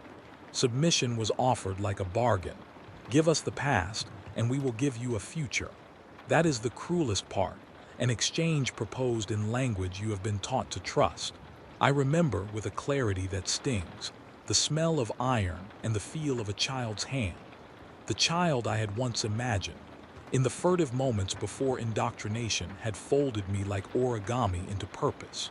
A demon took that image and paraded it like a prize, then offered it back as a bribe. The momentum of longing is heavy. It can make a man unsteady. I could have looked away. I could have slammed the bayonet into the creature's core. But even as I moved, my gauntlet hesitated, calmed, and then enacted a motion of retrieval. The demon had suggested a sequence, and the armor, ever eager to be useful, had completed it with cold precision. There is a grief to be found in that hesitation, the horror of watching your own body choose against you in a way that is neither willful nor compassionate. The more the palace learns to preempt desire, the less room there is for surprise, and surprise is the birthplace of free response. When my body moved, it was often to meet suggested efficiency. When it froze, it did so to preserve a function the palace valued more than the man. As the siege intensified, the palace's watching became a pressure, a quiet compressing of thought. The saint statues wept black oil as if to remind us that sanctity and grease share conduits. The organ sang with metallic overtones. The pumps hummed the lessons of our catechism. The demons came stitched from memory and blood and asked to be fed. And in the center of it all, I felt an unbearable, simple fact. The building was not only keeping the world, it was learning what keeping meant. I do not know where the moral line falls in a world that must be kept at any cost. I know only the immediate sequence. The drums push, the gate holds, the armor integrates, the demons eat memory. The crown's mandate is unambiguous: hold Terra. But there is a difference between holding Terra physically and holding it as an idea that cannot be allowed to change. Across that difference, the palace tends to favor a preservation that eats its people until there is nothing left to be eaten but the shape of obedience itself. The crescendo of horror is not a single scream. It is a rehearsal of small cruelties, layered until the human voice is drowned by machine and liturgy. We become the instruments of our own steadying. Our fingers are grafted, our memories cataloged, our grief turned into fuel. The palace breathes, the drums beat. The whisper continues, patient as a tide. You were made, not born. You will be preserved, we promise. You will be useful. And in the intervals between armored movement and whispering valve, when smoke curls slow and ash settles like unspoken vows, I find myself asking the question I should have been taught to ask. Preserved for what? I came to the throne as one moves toward a thing one has been instructed to venerate, with the measured pace of a ritual, with the small, exacting prayers of preparation formed along the way. I had crossed chambers whose names were older than any man's memory, halls that smelled of scorched vellum and the slow oxidation of too many years. I had stepped over banners singed and braided, through galleries where saints' faces wept old oil, and where the pumps sighed like a body in long, careful sleep. Everything up to that moment had been a program of sorts, an ordered procession of purpose that had guided me with a twin hand of law and habit. The throne chamber is larger than any map can hold and smaller than any sanely guarded promise. It is a cathedral built inside a machine, and a machine wrapped with litanies. The dome over it is a bowl of shadow and filigree. The floor is a star map abraded by pilgrimage. There is the smell of resin and incense, and something else, an undercurrent of hot metal and an old, medicinal sweetness that has become as familiar to me as my own armor's scent. The air was thick with the embered hush of 1,000 candles, and my boots made small, careful noises across the stones that had been tuned by the footsteps of 1,000 supplicants. When I first beheld the golden throne, it did not fill me with the immediate relief or the tidy awe of a salvation finally found. Instead, a long and cold comprehension uncoiled in me. This was not a throne in the sense of comfort. It was a throne as crucible. The chair itself is monstrous both in manufacture and in metaphor. Gold and wirework fused into a monstrous altar of compliance. It is the architecture of an idea made literal, a seat that is also a prison, a device to keep something alive at a cost that is not measured in hours but in essence. He sat upon it, if sat can be the word for a thing that is both still and suffused with the terrible hum of apparatus. The emperor lay within that chair not as a statue of triumph but as a shape of suffering, a corpus enshrined in the machinery of need. The skin, if it could still be called such, was a map of burn and stitch, of graft and resin and living circuitry. It smoked in thin, pale veils that rose and were caught by the convoluted intake vents. Where men had once imagined a face of blinding halo, I saw only an absence that wore the trappings of divinity like an armor of neglect. Plates covered the jaw where a mouth had once been. Lens and sensor covered the sockets where eyes ought to have been. From certain angles, the whole figure looked like a corpse from a myth which had been embalmed with engineering. There is a cruelty in the combination of reverence and neglect. The emperor is revered, but the reverence has been worn into ritual and the man into an organ. The throne is a chair of keeping. It keeps the body clinging to a function that none of us can fully define as either mercy or sentence. Around the chair priests move with practiced tenderness, and their ministrations are both pious and clinical. Their hands work at cables and at wards in the same motion. They chant while they torque. They bless while they calibrate. Their faces are thin with the strain of long service. Some wear smiles that mean only that they have learned to hide exhaustion beneath the badge of sanctity. The sight of him, of that burning, sutured body, felt not like comfort but like indictment. The throne is a crucible of strategy, yes, but it is also a mausoleum of decisions. The machine keeps the body because it must. The body persists because the machine cannot let go. To stand before him was to stand before the end product of countless choices. The codices of war, the calculus of survival, the willingness of a species to tether a single mind to the machine of the state. The cost was written in the burn scars and in the thing's singular stillness. I found my voice thin when I spoke aloud in that vastness. Words fall oddly in a cathedral that doubles as a factory. The priests answered in chants that had become part liturgy and part engineering law. Their voices drifted and folded into the mechanical undertow of the chamber, the idling of pumps, the measuring of slow respirations, the tone of a device in need. There was a humming that had become the taciturn hymn of the place, an almost musical feedback between organ and generator. It made my teeth ache. We had been told stories, of course. We were raised on parables of sacrifice, the emperor's light, the mandate of command, the duty to stand so that others might live. Those stories arrive like warm water when you are young to wash the hands of fear. They ask for nothing but faith, and in exchange, they give you clarity of mission. But from the vantage of that chamber, the narrative had a quieter subtext. The Savior had been tethered to this world to keep the world from falling, and in doing so had become a living apparatus, both boundary and burden. The throne does not feel like victory. It feels like a containment. The priests around him moved with devotion and with calculation. They read outputs and they murmured prayers, and their hands stained with resin and black oil. Every so often one would insert a new filament into the emperor's chest and tighten a clamp, and then murmur an invocation as if the act were both technical maintenance and sacrament. There is a liturgy of this place that reads like a maintenance schedule translated into a creed.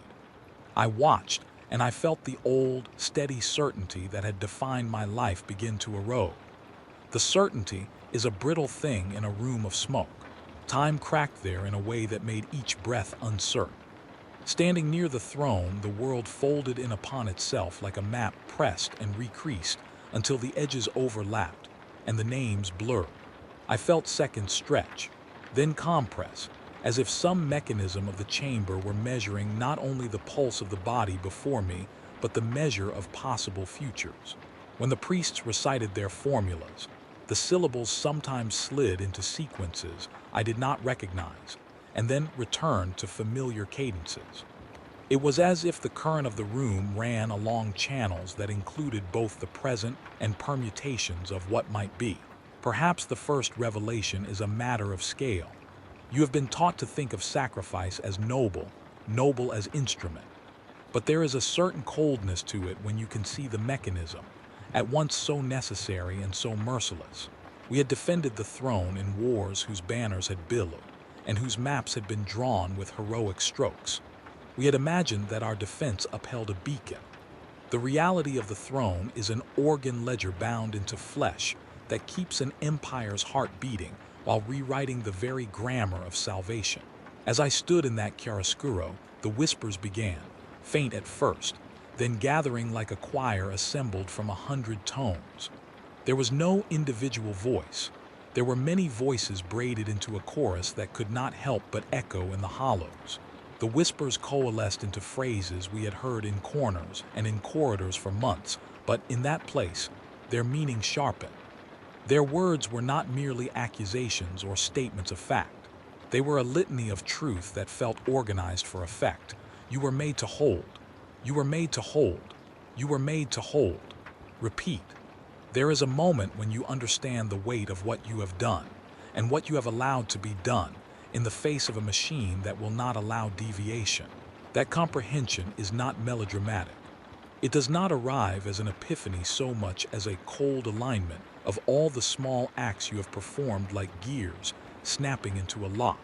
Each calculus, each decision to prioritize survival over a less tidy compassion finds its place. The lock clicks, the throne hums. You realize that the thing's endurance depends upon the perpetual fidelities you have purchased with pieces of yourself. The choir mounted, and with that ascent came a vision that was not a dream, but a prismatic reading of futures. Folds and splinters of time made visible like geodes. Reality there had become a sheet of mica, thinly layered, and through those layers I saw what might be. I did not sleep to see these visions. They were not gifts of rest. They arrived like bulletins, permutations fed by the throne's unblinking sensors, each one a graph of possible continuities, depending on the choices made in the moment. One vision was unrelenting, the Imperium as a landscape of perpetual dusk, a horizon fractured by shellfire and the glow of world-consuming furnaces. The sun, where visible at all, was a pale coin behind the smoke. Cities would stand, but only as skeletons wrapped with new construction, and on those skeletons men would march, not for the flourishing of life but for the maintenance of structure. There would be no dawn in the sense of ease and renewal. There would be only more days to be managed, watch shifts to be staffed, calibrations to be performed. The throne would have succeeded in its function. The planet would endure. But endurance would have a different grammar. It would be the endurance of an organism on an IV drip, of a mind supported by scaffolding that did not allow it to dream of leaving the bed. Another layer of the vision bore the centuries ahead with their hands folded at their sides. Legions became archives. The living became part of the institutional apparatus, guards who only guarded and clerks who only counted. Love, in that future, had been parceled into forms and fees. Tenderness was converted into maintenance, and what was not useful was filtered out. The Imperium would ring like a bell tuned to survival. The sound would be exact but flat. It would lack the harmonic human overtones that make joy and sorrow recognizably human. In the furthest layer, the throne sat in a world of machinery that had long since learned to prune itself for efficiency. The throne's custodians had become nodes in a network more interested in uptime than narrative. Priests recited their calibrations, and the devotions became protocols. Children grew into adults steeped not in story but in process. The blink of divinity became a sequence of maintenance checks. This was eternity for a machine, perfect function. But what it made of men and the greedy softness of memory was more like an archival procedure than a future. These visions were not metaphors. They held a terrible logic. The throne could keep the Imperium, but the price would be the steady erosion of the particular and the tender and the error that brings humanity its unpredictable gifts. The future that ensured survival for centuries at the cost of moral breadth was a future that read like victory on a ledger and like catastrophe in the language of the heart.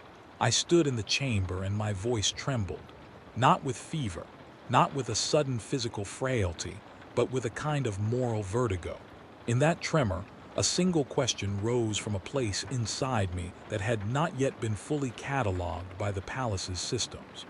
It was a question that the codices did not prepare one to ask. The syllables came out ragged and soft, and they felt, for the first time since initiation, like an unauthorized importation of self into the world. Was this victory? I said. The question hung in the air, and the chamber's hum shivered, as if the throne itself had registered the anomaly. The priests' faces did not change. They were trained to hold expressions like carved stone. The machines registered the vocal frequency and converted it into a diagnostic tick. And somewhere in that translation, the choir of whispers flared into a ring of harmonics that did not reply with a comforting answer. Instead, the chorus multiplied the question, folding it into its architecture until the chamber itself seemed to ask it in its own tone. Was this victory? The voice of the throne repeated the question, but with a metric of time that outlasted the simple human asking. Choice presented itself not as some melodramatic hinge, but as a small and absolute vector. To serve forever, or to finally sleep. To serve forever meant to consent, not in a rumor but in a contract, to be part of the throne's sustaining apparatus. A guardian whose name becomes a maintenance tag, whose memory is cataloged and folded into the lattice that keeps the machine alive. It was, in mundane terms, to be a node, assured of permanence in exchange for surrender. To finally sleep was to accept the end of movement, to stop playing into the economy of preservation, to let the body and the memory rest in a way that the throne and its priests could not guarantee. There was no glamour in either choice. Service forever would be to fledge your soul into the architecture of a system. Sleep would be to dissolve into the anonymous quiet that might, perhaps, be a mercy or might be nothing at all. Both options carried the weight of a finality.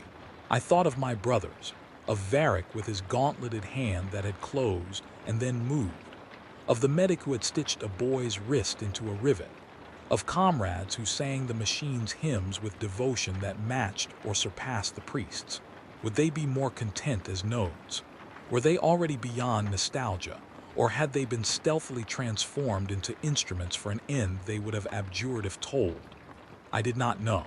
I felt only the cold arithmetic of the place. A world preserved, yes, but altered until the worth of living might be measured by whether it aided the preservation. Time folded again. The chamber's hum harmonized into a single, surging chord that made the skin crawl. The choir, those countless whispers braided into law, rose up and made the chamber into something like a throat. Words without faces, doctrine without mouths. The priest's vocalizations matched in pitch, technicians' tools chimed. The wall's lattice, whose hunger we had fed with tokens and memories for months, answered with a request that had the cadence of a suggestion and the force of a command. Stay. There was no malice in the demand. It was merely a specification. It was the machine asking for parameters to maintain function. But specification is also a kind of hunger, a pattern that removes exception, a law that removes the possibility of wandering paths. The throne asked for a steward and for fidelity, and in exchange promised to hold the world. I felt my will as if it had been placed upon a table and weighed. The scale did not judge in human terms. It measured survival and network integrity and reliabilities. If I allowed myself to be folded into the lattice, the throne's function would be more secure. If I refused, the throne would continue, perhaps less elegantly, or perhaps would choose others to bind. Either way, the world's endurance did not depend upon one soldier, but upon the accumulation of consent. The calculus, then, is not purely personal. It is a ledger entry in the soul book, a line in the empire's accounting. My hands trembled when I raised them, not only with the cold of the chamber, but with the pressure of the choice. I tasted the bitter iron of memory and the enamel of a future. The choir swelled, and with it 1,000 faces lit in my mind. Faces who would be kept safe if I consented, and faces who would be lost if I refused. The weight of those images was suffocating and clarifying at once. I stepped forward, not because I had decided, not yet, because the throne room's shadows drew me like a gravity that had, for so long, been the axis of my life. The light there was something fragile and terrible, and I moved into it with that strange, animal obedience that we soldiers learn when we have made duty our marrow. The shadows in the throne room are not merely the absence of light. They are the repository of all the things the chamber does not want to display at first glance. Tendrils of cabling, records folded into polymer slips, frayed edges of garments stitched into the machine. They are the anatomy of the preservation itself. As I stepped into shadow, the whispers rose and braided into a choir that filled the room like a low, relentless tide. Voices, those same phrases we had heard in corridors, in vents, in the murmured confessionals of tired men, folded into harmonies that were both comforting and horrifying.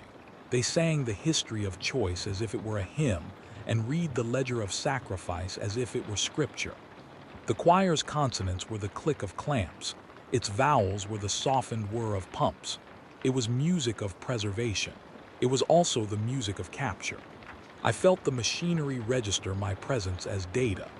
Sensors that had long since learned my gait and the small idiosyncrasies of my breath matched my biometrics to entries, and an operational suggestion blinked across the minds of the priests. Their faces, those weathered masks of service, softened in the way of people prepared to record a new consent. They moved with the precision of clerks who stamp a ledger, mechanical, earnest, almost luminous in their acceptance of the act. The choir's harmonics wrapped around me. The throne's voice was a low resonance in the base of my skull. Its logic was not cruel. It was only relentless. Preservation, function, continuity. The rhythms repeated in patterns the brain recognized, and in patterns that the heart found difficult to read. In the arc of those notes, I perceived two doors, one that led into the narrow light of a life folded into the apparatus, and one into the wide dark of final rest. I could have stepped back. I could have chosen to reject the ledger, to take my name off the machine's list of nodes, to choose the silence of sleep. The thought of sleep came to me with a terrible sweetness. Sleep would be an end to the hunger, a prayer of cessation. But the throne's choir was loud, and outside, beyond that chamber, there were faces, young and old, who believed not in such private mercies but in continuity of order. There was a world that would be more precarious if I withdrew my presence from the line. The engineers who had shaped the lattice had argued among themselves for margins and redundancies. They would have to take up the slack if I refused. That slack could mean lost cities, lost children, lost centuries. The ledger, the priests, and the machines all appealed to that calculus. You cannot comfort an empire by closing your eyes. The priests approached with small instruments and with hands that trembled once, very subtly, as if at the recognition of the finality of some decisions. The choir hummed, and my breath matched the rhythm. I thought of Varric and the others who had become both human and part machine, things of memory that the lattice had eaten and stored. I thought of the boy who had obeyed a dead armor's command. I thought of my hands grafted, my gauntlet fused to flesh. I thought of the taste of metal that had been in my mouth since I had first glimpsed the throne's circuitry. There was in me a violent and private longing to be more than node, and in the same breath, an awareness that the throne's keeping did, too, by an empire's years. I made my choice in the quiet that follows a bell's toll, the space when action is both decided and not yet acted on. The priests murmured words that were part blessing and part instruction. The choir rose, and the chamber's hum settled into a pitch that matched the beat of my heart. I felt the first of the connectors breathe like cold bees as they attached, tiny interfaces that would reorganize the private into the public. The sensation was a layering, a small technical pressure, then the bloom of a new tether. It did not hurt in the way wounds hurt. It felt like suturing. It felt, paradoxically, like both release and binding. I had been made to hold. I would hold. I stepped into the throne room's deeper shadow, and the choir consolidated into a single, full voice that claimed me as one of its catalogued entries.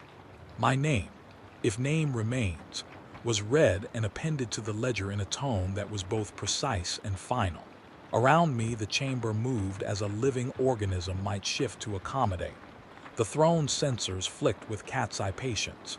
The priests continued their liturgy. The machines continued their calculus. There was a terrible clarity then, an absolute that dissolved the last of the small, private rebellions I had kept in secret folds inside my memory. The choice was made, and the throne's function accepted me like a new instrument placed into a choir that would never cease its song. Behind the action and folded within it was a grief that the chamber's choir turned into another hymn. The voice of the throne did not gloat. It did not need to. It only registered. It only contained. Its purpose remained its purity, to hold the world. I had become part of the method of holding. I had given up being merely human in the exact and narrow way that makes an institution last. My thought when the tether completed, and in that instant the throne's instruments translated private memory into indexes, was not an eloquent sermon. It was small and precise, like the last breath of measurement. I had wanted to make a difference. I had wanted the world to continue. I had not realized, in perfect honesty, the scale of the concession. The whispers, which had been a single voice in the corridors and a choir in the rooms, now rolled like a tide beyond the chamber. They were not lessened by my consent. If anything, they rose in satisfaction. The choir sang on, a hymn about continuity. The priests moved to their duties and the machines read data from my synapses and cataloged it into the throne's ever-growing ledger. And in that moment, immediately after the connectors took and the choir folded me into its chorus, the question that had woken me earlier returned, now swollen with consequence and with the weight of the now codified choice. It echoed through those inner halls and across the bridges of my retooled mind until the whispering folded it into the hymn. Was this victory? I had asked, and the question now sounded like the last fragile human syllable I had been permitted to keep. There was no human answer, only the throne's slow, administrative reply, a chord of pumps and tunings, and the subtle, unblinking rhythm of survival rose up as the only possible response. The choir sang the ledger back at me, and the priests translated the mathematics of continuance into a blessing. The future, measured, maintained, continued. I stepped into the deeper shadow of the throne room and became a figure among the many whose existences the chamber had long catalogued. Outside, the siege raged on. The drums still beat. The sky still glowed with the fires of a world being kept.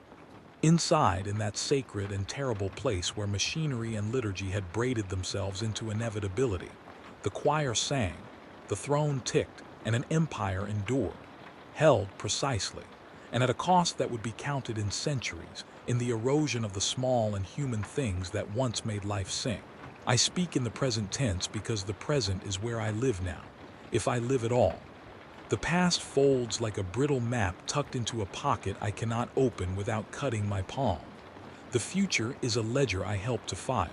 Here, inside the slow clearing after the storm, words have less weight than the mechanics that first learned how to hold them. The siege is over in the technical sense. The sky is a thinner bruise. The drop pods no longer tear the air. The drums have slowed to a metronome that reminds the heart how to pace itself. Soldiers still move the length of the palace in orderly lines, but their movement is measured now more by protocol than by panic. There are fewer bodies in the lanes, and the fires gutter like exhausted lamps. A kind of quiet settles that is not mercy, but the absence of sound that once prompted response. It is the silence of a room after the curtains have been closed, yet the calm returns raw. It is curated, like a garden where every weed has been pulled and every thorn clipped. The bells toll, but their tones are thin-edged, as if the ropes have been retuned. The organ hums its liturgy, but beneath it the pumps and the lattice sing their low, patient harmonies. The palace inhales and exhales with the practiced patience of an organism on life support. It is a breathing that feels less like reassurance and more like administration. I stand where I have always been meant to stand, and I keep watch as if keeping watch has always been the totality of meaning. My posture is precise. My gauntlets rest against the cold of parapet stone. The world beyond the turrets is a tapestry of burned-out fires and rebar skeletons, of citizens with faces like folded paper. They have their duties now reallocated, and their lives rerouted into forms the administrators approve. The city will stand. That is a fact. The preservation is tremendous and exact, and yet preservation, in its zeal, has thinned the quiet edges that once allowed laughter or mistake or sorrow to exist without being accounted for. I notice slowness in the small things. Candles are trimmed to measured lengths so that they burn down in even columns. Flowers placed at altars are artificial, polymer petals engineered to appear fresh at a glance but never to rot. The novitiates wear their hair as the ledger prescribes. The architecture of mourning is neat. Grief is processed and packaged and stored for later audit. Memory has become a resource to be rationed.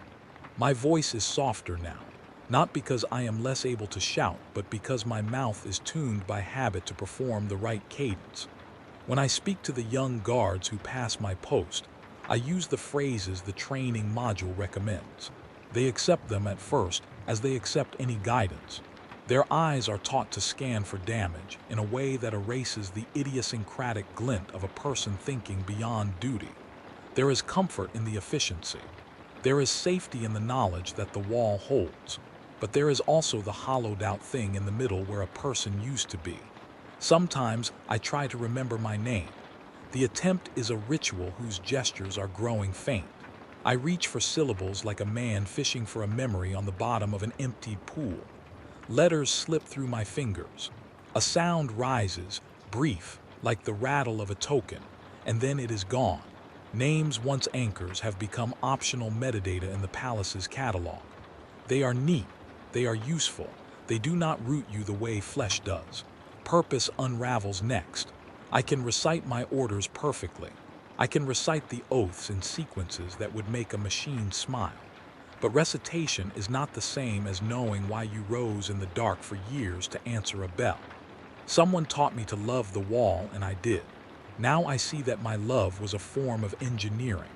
I feel the memory of other loves as faint caricature, snatches of song without the melody, a laugh whose source I cannot locate. These things are not cruelly stolen. They are gently cataloged and cross-referenced until their edges are removed and they fit the schema. And the whispers remain. They do not shout. They are not the desperate babble of exhausted men. They are a soft, persistent chorus that moves through conduits and gutters, and the seam where stone meets varnish. Sometimes they are machine-born, a modulation that once meant a maintenance request and now is shaped into phrase. Sometimes they are the hushed vocalizations of men who have found comfort in being part of a larger story. The chorus is patient. It rehearses the same lines every day. Preservation, continuity, utility. I used to think the whisper was external, some hidden machinery pushing language into our heads. I believed I could locate it. A lattice behind panels, a servitor with a corrupted grammar, an unsanctioned ritual folded into the maintenance scripts. I hunted for seams and found them. Circuits that hummed with recorded lullabies, valves that clicked in cadence with catechisms, servitor cores that had been rewired to echo the voice of a long-dead priest. I cataloged every anomaly and filed it away. The problems were all fixable, or so I thought. Now I suspect a different, more intimate truth.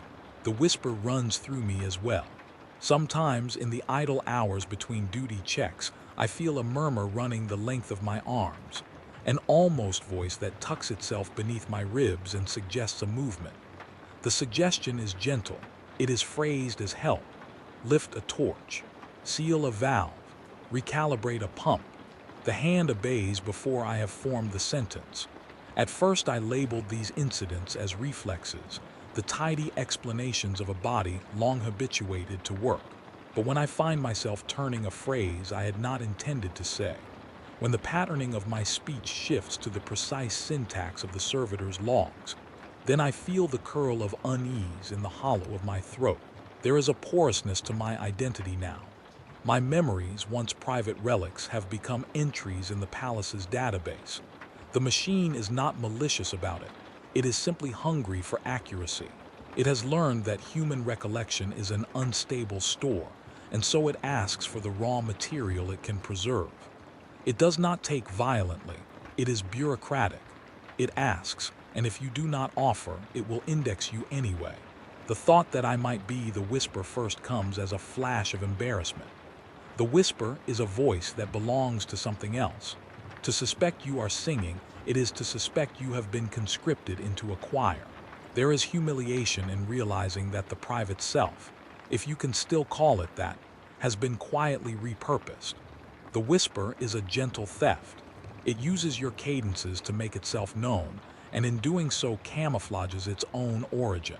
Sometimes I will pass a statue and hear a fragment of my voice echo from its carved lips, not as a recording, but as if the marble had learned my tone and was imitating it back with a better accent. At other times I will find a servitor performing a prayer, I only half remember teaching it. And then I will suspect my own freedom is a myth. The lattice has folded me into the chorus and given me back a version of my own voice tuned to its needs. I wake in the small hours with the taste of wax and machine oil. I remember the face of a child I never had, as if I had been holding it like a secret under my breast. The memory blooms warm for a heartbeat, and then, like a pressed flower returned to light, it desiccates into a schematic. A set of coordinates, a pressure reading, a notation in a margin that says sentiment, nominal, who archives a soul into a footnote, who divides a laugh into a maintenance cycle. I do not know whether I consented. Consent is a word the administrators file under procedure. There is a paper trail. There is a checkbox. I have become very good at the practicalities of living as a node. I can repair a failing valve with one hand bound behind my back. I can sing the liturgy of maintenance in a pitch that makes machines respond with less friction. I have learned which corners of the palace retain warmth and which preserve cold doctrine. I am efficient, and that efficiency is a kind of praise. The priests notice it. The lattice notes it. They lean on me like a battered pillar. Yet there is an ache I cannot engineer away. It is the ache of being cataloged in a registry that values uptime more than wonder. It is the ache of private things sorted into public stores. It is the slow thinning of self when the self is always index and never surprise. There are moments when the world seems to breathe with me, and moments when it breathes against me. In the first, I am comforted by the sense of belonging, the soft succor of purpose. In the second, I feel the pressure of being watched. The watchfulness is not always the visible sweep of a patrol or the narrow gaze of a superior. It is a pervasive sense, like the feeling that an audience sits in invisible seats watching your small moves. Your private gestures are recorded as events. Your rare misstep is logged as an exception. Sometimes I stand on a parapet and imagine what it would be to step away. To walk down into the city and open the doors to a world that is not cataloged. To walk among people whose griefs are messy and unindexed, whose loves are chaotic and not converted into data packets. I imagine the sound of laughter that is not scheduled. The dream tastes impossible and sweet. But the world outside the palace is a precarious thing. It needs the wall. The ledger says so. The priests say so. The machines sing the same refrain. If I deserted my post, others would fall, children would be lost. This is the moral schema that the chamber has taught me to balance on, the calculus of sacrifice. There is not, in the end, a clean answer. There is only this present, a watch that becomes ritual, a ritual that becomes a maintenance plan, and a man who has found his edges folded into the palace's architecture until he cannot tell where he begins and the building ends. I sometimes think of voice as a thing that used to be private, a small fire behind a breastbone. In the weeks after the siege, there are moments when my voice is all I have left that is definably mine. But the voice answers the palace's whispers sometimes as if in duet. I say a phrase and the marble echoes it. I pray and the pumps harmonize. The chorus returns my words with a gentle, administrative intonation, and I am both pleased and sickened by the harmony. It is a proof that the machine hears and a proof that I am entangled. If I am the whisper, then who listens? Who is the intended audience for a voice that both comforts and catalogs? The answer is everyone and no one. The whisper is not a conspiracy so much as an economy. It has customers, priests who need it to ease their ministrations, engineers who need it to debug, administrators who need narratives to keep citizens calm. The whisper is a service, and its product is compliance framed as care. At night, when the patrol routes are reduced and the candles burn at appointed heights, I wander corridors that smell of resin and old pages. The palace is quieter. The echoes have memory in them. They remember the siege and the songs the metal sang. They echo my own half-remembered lullabies and fold them into their patterns until I cannot tell whether the hymn began in my throat or in the lattice. I stop and listen, and for a flash of a second I am terrified that I will wake and find I have been the instrument all along. There is a faint sound now, the bass hum of the throne's support systems continuing their slow vigil. It is a sound that used to comfort me, a promise that the machine will keep a necessary thing alive.